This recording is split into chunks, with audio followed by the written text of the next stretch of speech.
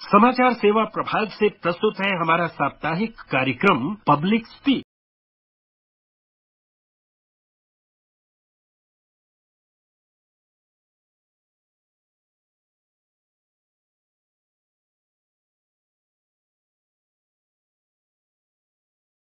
Public speak में आप सभी का स्वागत है। मैं हूं लवलीन निगम। पब्लिक स्पीक कार्यक्रम में प्रत्येक सोमवार हम किसी एक खास विषय पर चर्चा करते हैं और आज का विषय है लू से रोकथाम और उपायों पर चर्चा। उत्तर भारत में गर्मी का कहर शुरू हो गया है और संभावना जताई जा रही है कि इस बार पिछले सालों के मुकाबले हीट वेव यानी लू ज्यादा दिन तक चलेगी। मौसम विभाग ने अपने अलर्ट में बताया है कि आगामी 3-4 महीनों में 10 से 20 दिन तक लू चलेगी। सरकार अत्यधिक गर्मी और लू से बचाव के लिए राज्य सरकारों और संबंधित विभागों को दिशा निर्देश और सलाह भी दे रही है। यह जानना जरूरी हो जाता है कि लू होती क्या है, इसे कैसे चिन्हित या परिभाषित किया जाता है, अमूमन इसकी अवधि क्या होती है और इससे बचाव के उपाय क्या हैं। इन्हीं सब बातों पर चर्चा के लिए आज हमारे साथ स्टूडियो में मौजूद हैं राष्ट्रीय आपदा प्रबंधन प्राधिकरण के सदस्य राजेंद्र सिंह और सफदरजंग अस्पताल की डॉक्टर रूपाली मलिक। नमस्कार, आप दोनों का स्टूडियो में स्वागत है। बहुत बहुत धन्यवाद। श्रोताओं, आपके मन में भी लू से संबंधित, उसके बचाव लक्षण से संबंधित कोई भी सवाल है तो आप इस कार्यक्रम से जुड़ सकते हैं। हमें आपके फोन कॉल्स का इंतजार है। स्टूडियो की फोन लाइंस खुली हुई हैं।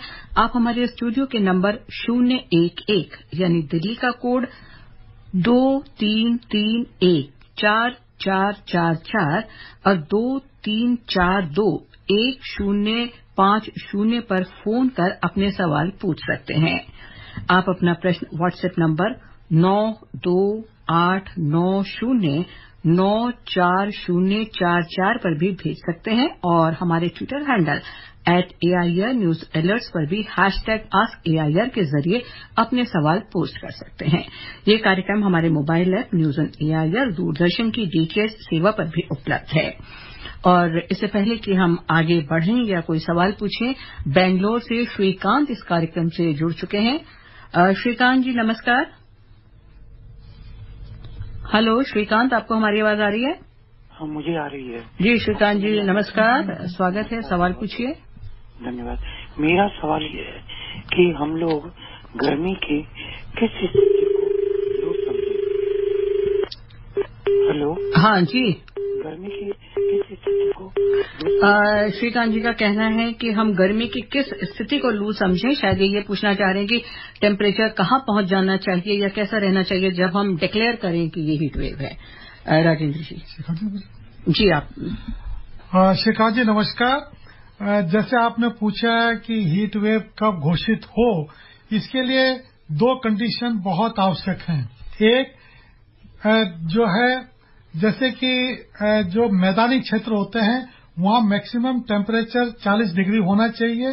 पहाड़ों के लिए यह 30 डिग्री है और जो कोस्टल स्टेट है वहां पर इसका 37 डिग्री होना आवश्यक है।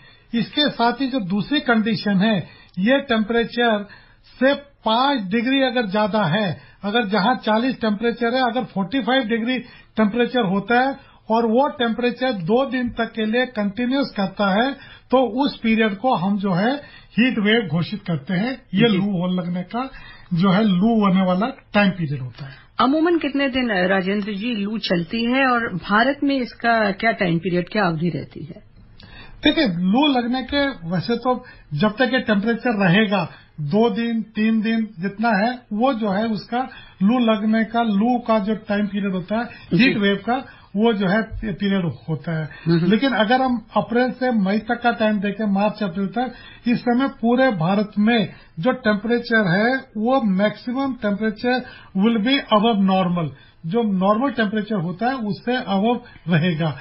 और जो ये ड्यूरेशन होता है, अगर हम 93 से और अभी 2023 तक की बात करते हैं तो नॉर्मल टेम्परेचर जो है 4 से 6 दिन तक के लिए होता था, लेकिन इस साल ये टेम्परेचर 8 से 20 दिन तक के लिए ये मैक्सिमम टेम्परेचर रहेगा अबव नॉर्मल। जी, लू की अवधि सरकार ने बढ़ाई है इस बार।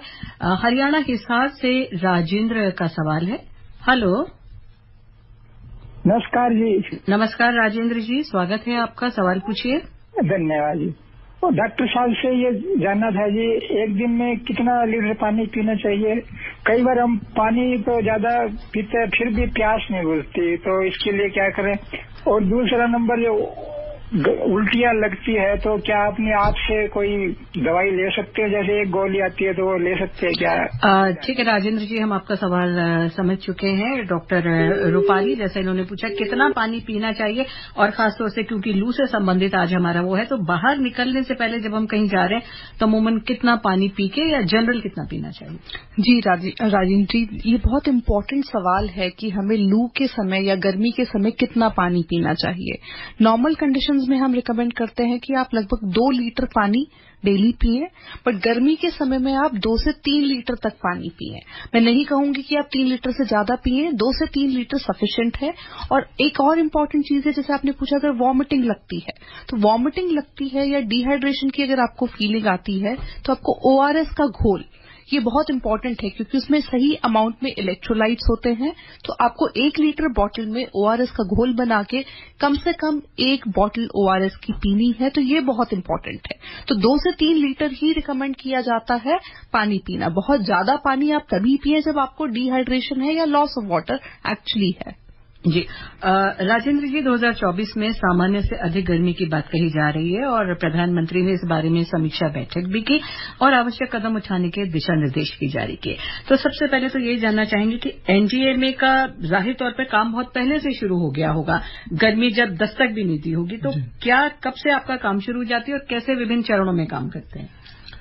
देखिए, ये गर्मी जब शुरू होती है उससे पहले से ही करीब 4 महीने पहले से हम लोग अपना काम शुरू कर देते हैं। इस साल की अगर बात करता हूं तो मैं 9 जनवरी को एनडीएमए ने सबसे पहले बैठक की थी, जिसमें हमने टेक्निकल इंस्टीट्यूशंस को आमंत्रित किया था और उनसे पूछा था कि लास्ट ईयर के हीट वेव में अगर कोई खामियां थी तो वो बताएं, ताकि हम उनको इस साल हम उनको दूर कर सकें। इसके बाद 13 और 14 फरवरी को जो हमारा एनुअल जो मीटिंग होती है, जिसको हम वर्कशॉप कहते हैं, उसमें हम सारे स्टेट जो 23 स्टेट्स हैं, जो हीट प्रोन स्टेट्स हैं, उनको साथ लेते हैं। प्लस इसके साथ ही जो मिनिस्ट्री के रिप्रेजेंटेटिव होते हैं, जैसे पावर मिनिस्ट्री है, हेल्थ मिनिस्ट्री है, रेलवे मिनिस्ट्री है और ड्रिंकिंग वाटर मिनिस्ट्री है, एग्रीकल्चर मिनिस्ट्री है और अर्बन डेवलपमेंट मिनिस्ट्री है। इन मिनिस्ट्री के साथ को हम इनको भी इकट्ठा करते हैं, अपने यहाँ बुलाते हैं और इनके साथ मंत्रणा करते हैं। 13-14 फरवरी को हमने ये किया था। 6 मार्च को हमने अपनी एडवाइजरी इश्यू की थी हीट के ऊपर, जो हमारी एनडीएमए की जो एडवाइजरी होती है। और इसके साथ ही हमने जो है 27 मार्च को एडवाइजरी इश्यू की थी हमने चुनाव आयोग को जो है हमने एडवाइजरी इश्यू की थी। और 4 अप्रैल को जो है हमने रिव्यू मीटिंग की थी 10 जो प्रोन स्टेट हैं हीट वेव वाले, उनके साथ हमने रिव्यू मीटिंग की थी। जो वर्स्ट अफेक्टेड जो स्टेट्स हैं उनके साथ, और उनसे हमने जानकारी ली कि आपकी प्रिपरेशन कैसी है। और मुझे बताते हुए हर्ष होता है कि 23 स्टेट ने अपना हीट एक्शन प्लान बना लिया है और 200 जिलों ने और 200 बड़ी सिटीज ने जो है अपना हीट एक्शन प्लान जो है तैयार किया हुआ है। इसके बाद 9 अप्रैल को जो है एनईसी की मीटिंग हुई थी, जिसको माननीय जो है होम सेक्रेटरी साहब ने जो है इसको किया था। और 11 अप्रैल को जो है ऑनरेबल पीएम ने जब जो है मीटिंग की थी एनडीएमए के साथ और दूसरे अन्य लोगों के साथ, और उसमें माननीय प्रधानमंत्री जी के सिर्फ 2 ही 3 पॉइंट थे। एक था कि उसमें हेल्थ के ऊपर जो है क्या हॉस्पिटल सेफ्टी में क्या आप लोगों ने किया है और फॉरेस्ट फायर के ऊपर आपकी तैयारियां क्या हैं। ये 2 मुख्य मुद्दे उस मीटिंग में रहे। दिल्ली से धर्मवीर कार्यक्रम के साथ जुड़े हैं। हेलो, नमस्कार लव जी। नमस्कार धर्मवीर जी, सवाल पूछिए। हाँ, मैं 2 सवाल मेरे हैं। जैसे हम लोग दिल्ली शहर में रहते हैं तो हम कैसे पहचाने, क्योंकि मार्केट में बहुत भीड़ होती है, किस व्यक्ति को लू लग चुकी है उसको क्या हम हेल्प कर सकते हैं, इसके लिए हमें ये जानकारी चाहिए। और दूसरा सवाल मेरा ये है कि दिल्ली शहर में कंक्रीट काफी हो गए, फ्लाईओवर काफी बन गए हैं, अगर लोग गर्मी से बचने के लिए छाया में खड़े होते हैं तो वो कंक्रीट की दीवार के साथ खड़े हों या ना खड़े हों, क्योंकि कंक्रीट की दीवार वैसे भी गर्म होती है और हम खुली पेड़ों के नीचे रहें, वहाँ हेल्प मिलती है हमें। समझ गए हम धर्मवीर जी। डॉक्टर रूपाली मलिक। हाँ जी, बिल्कुल। देखिए, सबसे इम्पोर्टेंट एक जो चीज मैं आपको कहना चाहूंगी, लू के समय में हम जब भी घर से बाहर निकलें, हमें कोशिश करनी है कि सिर हमारा ढका हो। ये बहुत इम्पोर्टेंट एक प्रिकॉशन है। आप या तो कपड़े से ढकें, हैट से ढकें, जो भी पॉसिबल है आप अपना सिर ढक के रखें। हल्के रंग के कपड़े पहने, ढीले कपड़े पहने, ये बहुत इम्पोर्टेंट है। और रेगुलर आधे से 1 घंटे पे थोड़ा थोड़ा सिप्स ऑफ वाटर आप लोग लेते रहें, ये बहुत इंपॉर्टेंट है। ORS का पैकेट अगर आपको लगता है आप ज्यादा किसी भीड़ वाली जगह या ऐसी जगह जा रहे हो जहां आपको ज्यादा डिहाइड्रेशन वाली फीलिंग हो सकती है, तो ORS का पानी भी आप अपने साथ जरूर रखें। तो ये सबसे इंपॉर्टेंट है। इसके अलावा जो सिम्टम्स आपने पूछा था, हीट रिलेटेड इलनेसेस के जो सिम्टम्स होते हैं वो कई प्रकार के हो सकते हैं। जो माइल्ड वर्जन में होता है उसमें केवल हीट रैश हो सकता है, हीट क्रैम्प्स हो सकते हैं। फिर उसके बाद जो थोड़ा सीवियर फॉर्म्स होती है उसमें हीट एग्जॉशन होता है, हीट सिंकोप होता है और फाइनली हीट स्ट्रोक होता है, जो सिवियरिटी में सबसे ज्यादा होता है। और उस कंडीशन में पेशेंट को नॉजिया, वॉमिटिंग, डायरिया होना, ऑल्टर्ड मेंटल स्टेटस, यानी कि आप पहचानना बंद कर देते हैं, आपको समझ नहीं आता आप क्या फील कर रहे हैं, सिंकपी में आप बेहोश हो सकते हैं। तो ये बहुत सारे grades of heat related illnesses होती हैं जिनको आप आसानी से देख के समझ सकते हैं। डॉक्टर रूपाली, जैसे आपने ये बताया किसी को लू लग गई है तो घरेलू उपाय जो तुरंत प्राइमरी वो होता है चिकित्सा। जी बिल्कुल। देखिए, सबसे इम्पोर्टेंट कूलिंग, सबसे इम्पोर्टेंट जो उपाय है वो है कूलिंग। और अगर आपको लगता है कि आपको क्रैम्प्स जैसी चीज हो रही है तो सबसे पहले ORS, अगर पेशेंट कॉन्शियस है वो फ्लूइड या ओरली ले सकता है तो आप उसको थोड़ा ORS या लिक्विड पिलाएं। अगर वो इस कंडीशन में नहीं है, अगर बेहोशी की हालत है, तो मैं रिक्वेस्ट करूंगी कि बिल्कुल मुंह से कुछ देने की कोशिश ना करें, क्योंकि ऐसे में आप लंग्स में वो पानी जो है वो जा सकता है। तो अगर थोड़ा भी बेहोशी की कंडीशन है तो मुंह से कुछ भी ना दें, डॉक्टर से संपर्क करें।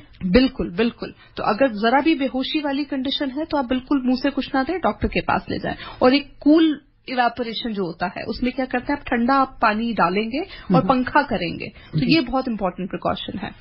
आजमगढ़ से लाल बहादुर दुबे जी का एक सवाल है, जानते हैं वो क्या पूछना चाह रहे हैं। हेलो। हाँ सर जी, लाल बहादुर जी नमस्कार, स्वागत है कार्यक्रम में। सर ऐसा है कि 6 महीने का बच्चा है, उसको लू लग गया है, एक हमें भी है, हमारे 65 साल उम्र है। 6 महीने का बच्चे, छोटे बच्चे को अगर लू लग गई है डॉक्टर रूपाली, देखिए अगेन इसमें बहुत इंपॉर्टेंट है, लू लगने के लिए जो आपके हाई रिस्क ग्रुप्स हैं वो या तो बच्चे हैं या एल्डरली लोग, जो बड़ी उम्र के लोग हैं, 60 साल से ऊपर के लोग, प्रेग्नेंट फीमेल्स हैं या जिनको और कोई बीमारी है, तो इन लोगों को खास तौर से प्रिकॉशन रखना। बच्चों के केस में मैं कहूंगी अगर जरा भी आपको लक्षण लगते हैं, आप आसपास के जो भी चिकित्सा सुविधा उपलब्ध है आप वहां जाएं और डॉक्टर को जरूर दिखाएं। और तब तक बच्चा अगर मां का दूध पीता है तो मां का दूध पिलाते रहें, ये बहुत इंपॉर्टेंट है। राजेंद्र जी, गर्मियों में क्या करें क्या ना करें, होशियार रहें, तैयार रहें, इस गर्मी का मजा लें, लेकिन कुछ सावधानियों के साथ। आप ही की मैं वेबसाइट देख रही थी, उसमें लिखा है, तो बीट द हीट, क्या सावधानियां बरतनी चाहिए इसमें? देखिए, जैसे डॉक्टर रूपाली जी ने कहा है, मैं भी यही कहूंगा कि एक तो सीधी धूप में बाहर जाने से बचें, और जो टाइम है 11 से 4 बजे का जो टाइम है, इसमें अगर अति आवश्यक है तभी बाहर जाएं, वरना घर में बैठे रहें। पर्याप्त पानी पिएं, ये बहुत आवश्यक है कि पर्याप्त पानी की मात्रा आप लें। सर पर जब भी आप बाहर जाएं तो या तो टोपी या कैप पहन के जाएं, और महिलाएं जाएं दुपट्टा या कोई भी कपड़ा अपने साथ सर को ढक करके जाएं। लू लगने पर आइस पैक और ठंडे पानी का जितना इस्तेमाल हो सकता है वो ज्यादा से ज्यादा करें। बाहर से जब भी आप घर के अंदर आते हैं तो ठंडे पानी में पैर रखें, अगर पानी है तो ठंडे पानी में अगर आप स्नान कर सकें, नहा सकें, वो भी बहुत अच्छी बात है। घर में ORS या इलेक्ट्रोलाइट्स जो है रखें, जैसे नमक और चीनी का जो घोल है वो रखें। बच्चे और बुजुर्ग घर पर ही रहें। और एक चीज और है कि पशु और पक्षियों को जो है पानी अवश्य रखें। उनके लिए भी जो है पानी की सुचारू व्यवस्था अगर आप घर के आसपास छतों पर कर दें तो भी अच्छी बात है। बहुत अच्छी बात है। और दिन में एक और है कि महिलाओं से रिक्वेस्ट ये है कि दिन में खाना बनाने से वो बचे। अगर खाना बनाना अति आवश्यक है उस दौरान 12 से और 4 बजे वाले टाइम में, तो अपने खिड़कियां वगैरह और पंखे का इंतजाम करके रखें तभी खाना बनाए। वरना टाइम जो है मैक्सिमम खाना जो है अगर सुबह 10 बजे तक वो बना लें तो वो ज्यादा बेहतर या 4 के बाद कुछ। महाराष्ट्र ठाणे से गुरुनाथ जी इस कार्यक्रम के साथ जुड़े हैं। हेलो मैम नमस्कार। नमस्कार गुरुनाथ जी, सवाल पूछिए। जी मैम मेरा क्वेश्चन है, मैंने जो लू लगने से जो मौत होती है आदमी की, तो इसका मतलब जो ज्यादा टेम्परेचर हो तो शरीर के कौन से ऑर्गन पे इसका ज्यादा इम्पैक्ट होता है? क्या मतलब पानी की मात्रा कमी होने की वजह से? और मेरा दूसरा सवाल ये है कि जैसे कि आदमी को लू लगे और वो कभी कभी देखा जाता है कि वो खड़े खड़े गिर जाते, तो सर्वप्रथम उससे मतलब क्या पानी पिलाना चाहिए? Thank you sir. Doctor Rupali. हाँ जी, जैसे कि मैंने पहले भी बताया था, तो जो severe forms of heat related illnesses हैं, जैसे कि सिंकपी होना, जैसे उन्होंने बोला बेहोशी की हालत, तो अगर मरीज बेहोश हो जाता है तो उसको मुंह से कुछ नहीं देना है, ये सबसे बड़ा प्रिकॉशन। लेकिन उन्होंने पूछा कि कौन से ऑर्गन को? ऑर्गन, जी बिल्कुल। देखिए जो सबसे सिवियर फॉर्म है वो है हीट स्ट्रोक। उसमें आपका सबसे पहले सेंट्रल नर्वस सिस्टम उस पे अफेक्ट होता है, जिसकी वजह से बेहोशी की हालत होती है। उसके अलावा रैप्डोमायोलिसिस होता है, जो आपकी मसल्स हैं उसके कण टूटने लगते हैं, वो जाके किडनी पे इफेक्ट करते हैं, तो किडनी इफेक्ट्स होती है, मसल इफेक्ट होता है, और आपका जीआई सिस्टम, नॉजिया होता है, वॉमिटिंग होती है, कुछ लोगों में डायरिया भी हो सकता है। तो एक तरह से ये मल्टी सिस्टम इन्वॉल्वमेंट है, शरीर का लगभग हर अंग इन्वॉल्व हो जाता है। उसके अल्टीमेटली हाइपोथर्मिया होने की वजह से आपका ब्लड प्रेशर भी कम होगा, तो finally everything will get involve. जी राजेंद्र जी, एनडीए में जो एडवाइजरी जारी करते हैं उसे क्षेत्रीय भाषाओं में अनुवादित कर प्रचारित करने के क्या प्रबंध किए जाते हैं? और एक और सवाल, आज भी निर्वाचन आयोग की बैठक हुई है जिसमें एनडीए में और बाकी मौसम विभाग के लोग गए हैं और ये सुनिश्चित किया गया है कि मतदान के दौरान क्या क्या प्रबंध किए जाने चाहिए। देखिए, जैसे सबसे पहले तो सबसे अपील यह है कि मतदान में ज्यादा से ज्यादा लोग भाग लें, मतदान जरूर करें। और इसमें हमने आज जो चुनाव आयोग से जो बात हुई और उन्हें जो एडवाइजरी इशू की है, वो उन्होंने मतदान का टाइम भी जो है सुबह 7 बजे से शुरू किया है और शाम को जो है 6 बजे तक उन्होंने रखा है। और उसके लिए उन्होंने पर्याप्त मात्रा में जहां पोलिंग बूथ हैं वहां पर उन्होंने शामियाने का इंतजाम किया है, पानी का इंतजाम किया हुआ है, ओआरएस का इंतजाम किया हुआ है, और जहां भी जितनी छांव पैदा कर सकते हैं और शेड हो सकते हैं वो उन्होंने किया है। इसके साथ ही साथ आज ही निर्णय लिया गया है कि आसपास के एरिया में एम्बुलेंस का इंतजाम भी जरूर होना चाहिए। और जितने आसपास में जिले में और उस ब्लॉक में अगर हॉस्पिटल है तो एक डेडिकेटेड वार्ड जो है हीट स्ट्रोक के लोगों के लिए भी तैयार रखना है। तो सबसे बड़ी बात है कि टाइमिंग जो है 5:30 बजे से चुनाव आयोग के लोग पहुंच जाएंगे, प्रिपरेशन करेंगे और 6:30 बजे के बाद जो है वो पोलिंग पे लोग जा सकते हैं, ताकि 11 बजे तक मैक्सिमम भाग लें और उसके बाद 4 से 6, 6:30 बजे तक वो जो है भाग लें। जैसे कहते हैं पहले मतदान फिर जलपान, तो बेटर है कि आप 10-11 जब गर्मी हो उससे पहले ही जाके वोट डालें। उत्तर प्रदेश अलीगढ़ से जितेंद्र का एक सवाल है। हेलो। हाँ नमस्कार मैम। नमस्कार जितेंद्र जी, सवाल पूछिए। दोनों महावो विशेषज्ञों का भी नमस्कार। नमस्कार जितेंद्र जी। मेरे सवाल है 2। जी पूछिए। पहला सवाल तो मेरा ये है, जैसे गर्भवती माताएं होती हैं। आप दूसरा सवाल पूछिए, इसका जवाब डॉक्टर रूपाली दे चुकी हैं। हाँ, तो मेरा सवाल है, जैसे सभी छोटे बच्चों को वैसे मलेरिया या उल्टी दस्त लगते हैं, इसके लिए क्या किया जाए? और जैसे गर्भवती माताएं होती हैं जी, उनका कैसे ध्यान रखा जाए? क्या खान पीन होना चाहिए? इन पे प्रकाश डालें। नमस्कार। जी जितेंद्र जी, अच्छा, बच्चों के लिए तो सबसे जरूरी है, अगर बच्चा इतना छोटा है कि माँ का दूध पीता है तो उसे भरपूर माँ का दूध पिलाएं। अगर 6 महीने से छोटा बच्चा है तो उसे ऊपर से पानी देने की भी जरूरत नहीं है, माँ का दूध सफिशिएंट है। बट अगर उससे बड़ा बच्चा है तो इस गर्मी के समय में आप उसको पानी अच्छे से दें, ये बहुत जरूरी है। और ऐसी जो प्रेग्नेंट फीमेल्स है उनके लिए भी सबसे इम्पोर्टेंट है हाइड्रेशन मेंटेन करना। पानी हर थोड़ी थोड़ी देर बाद, हर आधे घंटे 1 घंटे बाद आप थोड़ा थोड़ा सिप्स ऑफ वाटर लें। बट मैं ये कहूंगी कि आप 3 लीटर से ज्यादा पानी लेने की भी कोशिश ना करें, ये भी हानिकारक हो सकता है। तो 2 से 3 लीटर से ज्यादा पानी लेने की भी जरूरत नहीं है, बट थोड़े थोड़ी देर पे थोड़ा थोड़ा पानी आप लेते रहें। और कोई दिक्कत हो तो आसपास के स्वास्थ्य केंद्र में आप कॉन्टैक्ट करें। इसके अलावा डॉक्टर रूपाली, अस्पतालों में क्या विशेष प्रबंध किए गए हैं अगर कोई ऐसा मरीज आता है लू से? बिल्कुल, देखिए ऑलरेडी CHC लेवल पे या डिस्ट्रिक्ट हॉस्पिटल के लेवल्स पे गवर्नमेंट की तरफ से एडवाइजरीज इशू हो चुकी हैं और जो हीट रूम प्रिपेयर्डनेस ऑलरेडी है, तो जो भी आपके इंस्ट्रूमेंट्स होते हैं जैसे कि एक थर्मामीटर का होना या ग्लूकोमीटर, क्योंकि शुगर बहुत बार इन मरीजों की कम हो जाती है, तो इन सब इक्विपमेंट से जो सेट आपके जो रूम्स है वो ऑलरेडी प्रिपेयर्ड हैं। और इमरजेंसी में भी एक्स्ट्रा बेड्स आपके इस तरह के मरीजों के लिए रिजर्व किए गए हैं। तो ये सब प्रिपेयर्डनेस हॉस्पिटल्स में ऑलरेडी चल रही है। राजेंद्र जी, बताया इन्होंने अभी हॉस्पिटल्स का, ऑफिस के कार्यस्थल, स्कूलों में बच्चों के लिए क्या क्या दिशा निर्देश जारी किए जाते हैं कि वहां क्या रखें, या कार्यस्थल पे जहां मजदूर काम करते हैं? देखिए, ये जहां पर भी कार्य मजदूर काम करते हैं उन बिल्डर्स से और मजदूरों से और एडमिनिस्ट्रेशन से हमारी यही रिक्वेस्ट होती है कि एक तो अपना चेंज टाइमिंग जो है, जैसे मनरेगा का टाइमिंग है या स्कूल का टाइमिंग है, उस टाइमिंग को चेंज कर दिया जाए।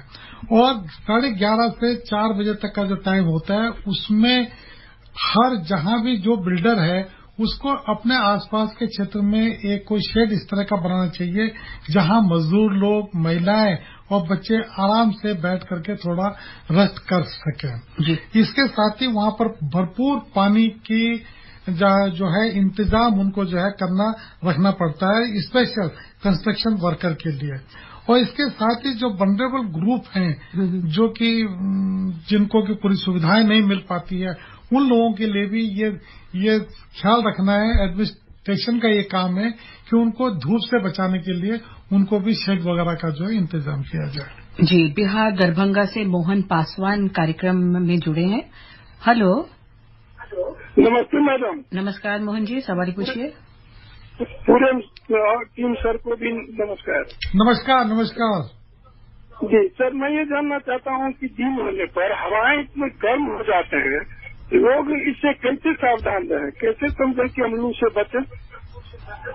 जागरूक होने की बात कह रहे हैं राजेंद्र जी कि वही जो आप बता रहे थे कि कौन सा टाइम जब हमें बाहर नहीं निकलना चाहिए या क्या ध्यान रखना चाहिए। देखिए, ये तो हम बता रखे हैं ना, पासवान साहब बता रहे हैं आपको कि अगर 11 से 4 बजे 3 बजे तक का टाइम जो है उस समय बाहर ना निकलें तो ज्यादा आपके लिए बेहतर है। और अगर आप बाहर निकलना अति आवश्यक है, आपका कोई इमरजेंसी है, तो कम से कम अपने छत का, अपने जो है सर पे जो है एक कपड़ा या टोपी कोई डाल के रखें, और नहीं तो अपना गीला कपड़ा जो है अपने साथ हमेशा रखें। और ये नहीं है कि कंटिन्यूअसली 2-2.5 घंटे गर्मी में और हीट में इतने अगर गर्म हवाएं चल रही हैं तो कोई जरूरी नहीं है कि आप कंटिन्यूअसली 2-3 घंटे जो है हीट में रहें।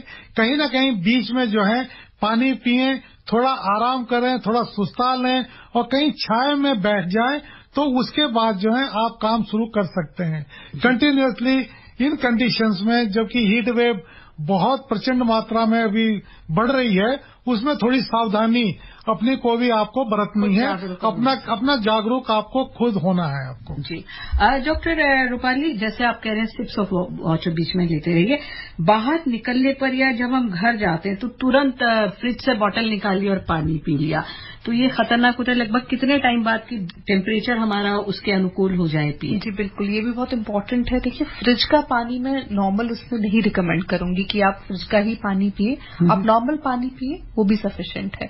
बट अगर आपको बहुत ज्यादा लगता है कि फ्रिज का जरूरत है तो भी आप कुछ समय, आधा घंटा उसको थोड़ा सा समय दें अपने शरीर को, उसके बाद लें। एक चीज और इम्पोर्टेंट है कि जब ये सिम्टम्स होते हैं तो उस समय हम एक्सटर्नल कूलिंग करते हैं, बट जो बहुत सीवियर मरीज, जो बहुत सिक मरीज होते हैं, उसमें इंटरनल कूलिंग की भी जरूरत होती है। ऐसे समय में ठंडा पानी आपको लेना चाहिए जब एक्चुअली सिम्टम्स आपको है, बट नॉर्मल उसमें जरूरत नहीं है। राजेंद्र जी, हम बात कर रहे थे इससे पहले कि एनडीए में किस तरीके से केंद्र, राज्य, जिला स्तर पर कैसे समन्वय रखते हैं? देखिए, हर स्टेट में अपना एसडीएमए है और हर जिले में अपना डीडीएमए है। तो इनके साथ कोऑर्डिनेशन जो है हम लोग हर हफ्ते, जैसे आजकल तो जैसे हीट वेव है और जब कोल्ड होता है तो कोल्ड वेव के टाइम पे कंटिन्यूअसली हम इनसे जो है कोऑर्डिनेट करते हैं और उनसे जानकारियां लेते हैं कि उनकी तैयारियां कहां तक पूरी हैं। और वो एसडीएम में अपनी जानकारियां जो है हॉस्पिटल से, बिजली विभाग से, पीडब्ल्यूडी विभाग से, वन से, इन सब की जानकारी एकत्र करके वो हमारे साथ शेयर करते हैं कि उनकी तैयारियां कितना पुख्ता हैं। जी, ये कोऑर्डिनेशन हमारा होता है। और इसके बाद इसके साथ साथ हमारी जो गाइडलाइन हमने जो हीट वेव पे बनाई है, जो एडवाइजरी इशू की है और हीट एक्शन प्लान जो हर जिले ने बनाया है, उसके ऊपर बात होती है कि कितना कारगर वो सिद्ध हो रहा है इस दौरान। जैसे 15 में अगर मैं बताऊं, 2015 में करीब जो है हीट वेव से डेथ जो है 1600 हुई थी डेथ, लेकिन 2019 और 20 तक आते आते ये डेथ जो है 200 तक आ गई थी। तो इतना जब हम कोऑर्डिनेट उनके साथ करते हैं, रेगुलर टच में होते हैं, तो यही कारण होता है कि हम जो है प्रिकॉशन पूरा लेते हैं और अपनी तैयारियां पूरी करते हैं। डॉक्टर रूपाली, हम जब घर या ऑफिस से चलते हैं या बहुत एसी होता है और एकदम चिल्ड होता है, वहां से हम बाहर निकलते हैं तो बाहर होती है चिलचिलाती धूप।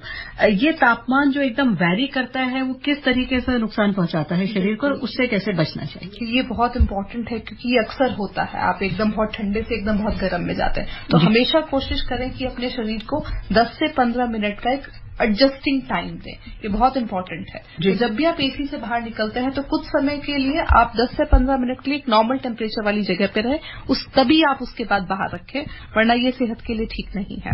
जी, और इसके अलावा कुछ खान पान का विशेष ध्यान, जैसे बाहर फलों का रस है या कई बार हम कुछ ऐसी चीज ले लेते हैं, खान पान में क्या विशेष ध्यान रखना चाहिए? देखिए, एक तो आप फ्रेश फ्रूट्स और वेजिटेबल्स लें, बट घर पे लें। बाहर मैं कहूंगी कि बाहर ना लें, क्योंकि इस समय इन्फेक्शन का डर रहता है। तो जो कटे हुए फल हैं या जूसेस हैं, उसमें इन्फेक्शन की इस समय थोड़ा रिस्क ज्यादा है। तो आप घर पे फ्रेश फ्रूट कटा हुआ लें, वो ठीक है, और आप फ्रेश वेजिटेबल्स लें, पानी लें। राजेंद्र जी, कई बार हम कहते हैं कि गर्मी का रेड अलर्ट हो गया, ऑरेंज अलर्ट हो गया, ये अलर्ट हम जारी कर देते हैं और हम खबरों में भी लेते हैं, लेकिन ये बेसिकली ध्यान कितना रखना चाहिए श्रोता को जब हम अलर्ट की बात कहते हैं? देखिए, पूरे विश्व में 3 अलर्ट होते हैं, येलो अलर्ट, ऑरेंज अलर्ट और रेड। येलो का मतलब है कि ख्याल रखें। ऑरेंज अलर्ट जहां पर इश्यू होता है वहां है कि रेडी टू टेक एक्शन, कि एक्शन लेने के लिए तैयार रहें। और रेड का मतलब होता है कि एक्शन ले लीजिए अभी। तो एक्शन क्या लेने हैं, जो हमने गाइडलाइन बना रखी है गर्मी को मात देने के लिए। अगर रेड अलर्ट एनडीएमए ने और आईएमडी ने जारी कर दिया है तो इसका मतलब है कि घर बैठिए और जो प्रिकॉशंस गाइडलाइन में दिए हैं और as per the doctor prescription जो डॉक्टर साहब ने कहा है उस चीज को ध्यान में रख के उनके ऊपर एक्शन लेना शुरू कर दें। यही हमारा रेड अलर्ट ऑरेंज अलर्ट का। तेलंगाना हैदराबाद वी कुमार का एक सवाल है। हेलो, नमस्कार मैडम। नमस्कार कुमार जी। मैडम, मेरा नाम बी कुमार है जी। सवाल पूछिए बी कुमार जी। ये मतलब जो डेक्स्टर ग्लूकोन डी होता है ना मैडम, वो लेते हैं। ओके, जो मतलब ORS और उसकी बात कर रहे हैं जी। तो इंस्टेड ऑफ जिनको बीपी होती है, शुगर होता है, तो वो क्या लेना चाहिए? जी, ये भी बहुत अच्छी सवाल। हाँ जी, तो जो शुगर के मरीज हैं उसमें आप नमक और नींबू का पानी ले सकते हैं उनको, या फ्रेश फ्रूट के जूसेस ले सकते हैं उनको। मैं नहीं कहूंगी कि आप ग्लूकोन डी या शुगर वाला वो लें। तो ये इम्पोर्टेंट प्रिकॉशन है, ये जरूर ध्यान रखें। और वो आप घर में भी बना सकते हैं। बिल्कुल, घर में बना सकते हैं, फ्रेश बनाए और फ्रेश बना के लें, वो ज्यादा इम्पोर्टेंट। इसके अलावा जैसे हम कहते हैं नींबू पानी या कुछ वो पी के चले, या ताजा जो आजकल मौसमी फल हैं उनको। अगर शुगर के मरीज दवाई अपनी ठीक से ले रहे हैं और बहुत ज्यादा उनको को एग्जॉशन होता है तो थोड़ा बहुत मात्रा में चीनी वो भी ले सकते हैं, क्योंकि हाइपोग्लाइसीमिया ज्यादा खतरनाक है आपके शुगर बढ़ने से। देखा जाए तो लू से बचने के छोटे छोटे उपाय हैं जो हमें खुद करने चाहिए, जैसे आप दोनों ने बताया। और अब घड़ी की सुइयां जो हैं वो इशारा कर रही हैं इस चर्चा को यहीं विराम देने का। हम श्रोताओं से अनुरोध करेंगे और उम्मीद भी करते हैं कि इन छोटी छोटी चीजों का ध्यान रखें, अपना ध्यान रखें और लू से बचाव करें। हम अपने उन सभी श्रोताओं का आभार व्यक्त करते हैं जिन्होंने इस कार्यक्रम में हिस्सा लिया। साथ ही राष्ट्रीय आपदा प्रबंधन प्राधिकरण के सदस्य राजेंद्र सिंह और सफदरजंग अस्पताल की डॉक्टर रूपाली मलिक, आप दोनों का भी बहुत बहुत धन्यवाद। आज का कार्यक्रम आपको कैसा लगा, इस बारे में आप अपने सुझाव हमें ईमेल कर सकते हैं। और इसके साथ ही पब्लिक स्पीक का ये अंक यहीं समाप्त होता है। अगले सप्ताह सोमवार रात 9:30 बजे फिर किसी मुद्दे पर चर्चा के लिए उपस्थित होंगे। तब तक नमस्कार।